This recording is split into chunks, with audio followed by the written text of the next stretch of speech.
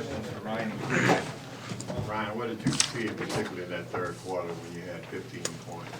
You just looked like it was unstoppable. Yeah, just trying to be aggressive. They're in that deep drop with Jokic. Just trying to be aggressive, get downhill, make plays. And Cooper, you guys got off to a slow start obviously this season, but now you won 2 in a row, have got a winning streak for the first time this season. What does that say about this team? Yeah, I mean, I think it says a lot. Obviously we're coming together. Obviously having Eddie back is a huge help. Just with all his gravity, but I think it's just a combination of a lot of things. Just guys kind of meshing together, finding some of our roles, and just competing every single night. We've been in a lot of close games. Are you seeing anything in the differently? I know you had 35 the other night and 24 more tonight. Am I seeing anything differently? As far as the defense? I don't want to say different. I think it's just a mindset thing. Just having that confidence and going out there and being in attack mode from the jump. It starts with my teammates. They just give me a lot of confidence and help me get in that mindset. So that's a big part of it. Ryan, tonight you became the first undrafted rookie to have 25 points, 10 assists with 0 turnovers, and the first to do that since Stephon Marbury in 1996. Just when you hear that, how does that make you feel, and what does it mean to you? Yeah, it's just a blessing, blessing to be with this group of guys, man. A great group we have here. I just put in my work every day, stay consistent with that, and when you do that, good things will happen. So it was a fun night. Yeah, and you mentioned like you're being coached by one of the greatest point guards to ever play the sport. Just what's something that J. Kidd has kind of told you during your rookie year that has kind of helped you prepare for this moment? I think just learning from him every day, just the way he approaches the day, how he coaches, more than anything. Not anything in particular that he's necessarily said to me, but just feeling him out and understanding what he wants from his point guards has been huge. Coach mentioned the altitude here in Denver. Did you feel it early on? Yeah, for sure. I think you definitely feel it. It's I would say similar to when we were out in Mexico early in the season. It's just something that you gotta kind of try and prepare for, but you can't really do much for it. You kind of just gotta play through it and know that everybody's kind of going through the same thing. And what happened in the second quarter when you guys scored 42 points? What happened? Yeah. The ball was going in the basket. I felt good, just, moving the ball, trusting each other. We were just playing fun basketball, and, the ball was going in. And from a defensive standpoint, you held them to 17 points there in the fourth quarter. Just talk about your defense. Yeah, I think it's just coming together. Guys having each other's backs, sticking to the game plan, not, getting off script and doing our own thing, but, just sticking together and just having each other's backs. Now that you've seen it up close from both of you, what makes Nikola Jokic such a dominant player? I think his ability to pass is what makes him really good. He's gonna any little mistake you make, he's gonna dissect it and hit the right player. So, but he also scores, he draws fouls, he does everything. He's an MVP caliber player for a reason. He's won it 2 out of 3 of the years. So he's a hell of a player.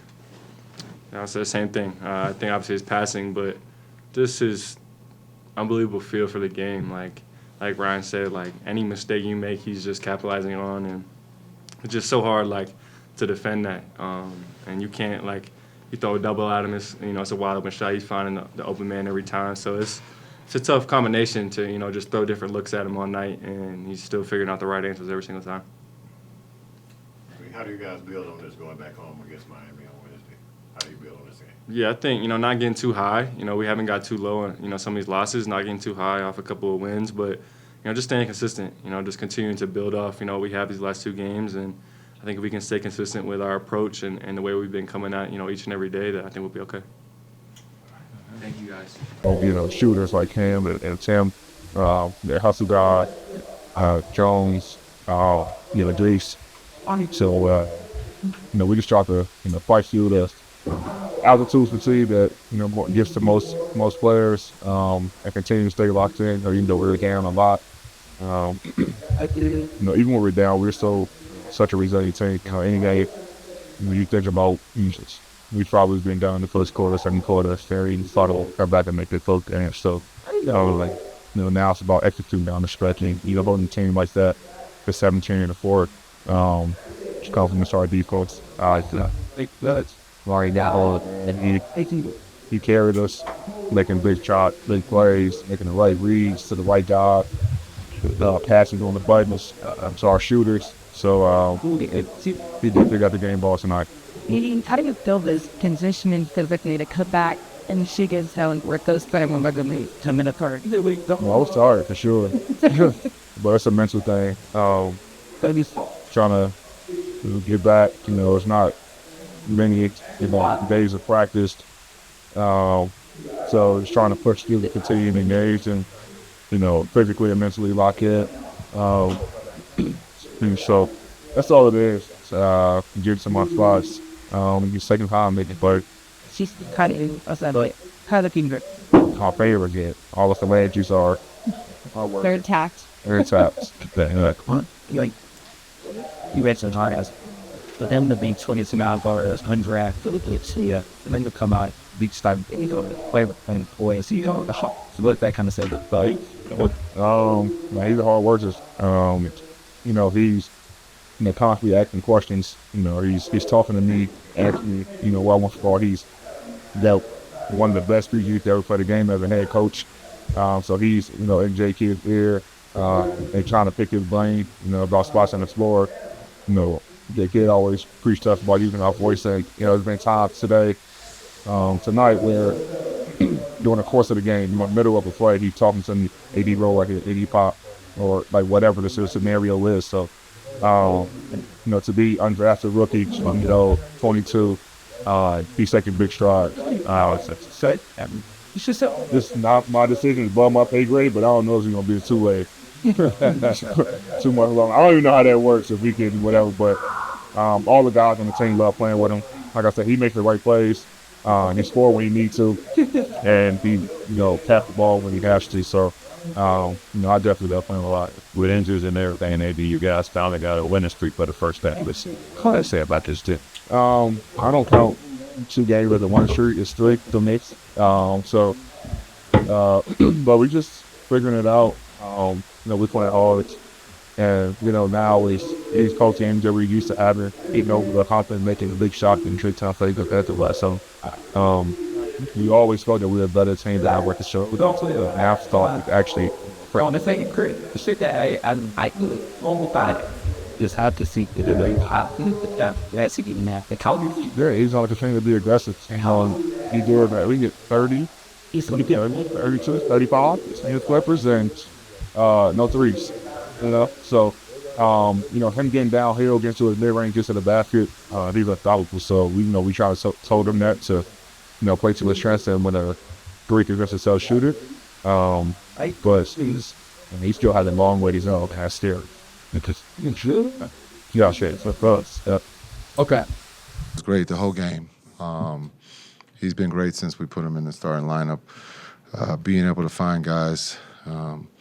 Also, his shot, as we talked about, and to have 28 and 10,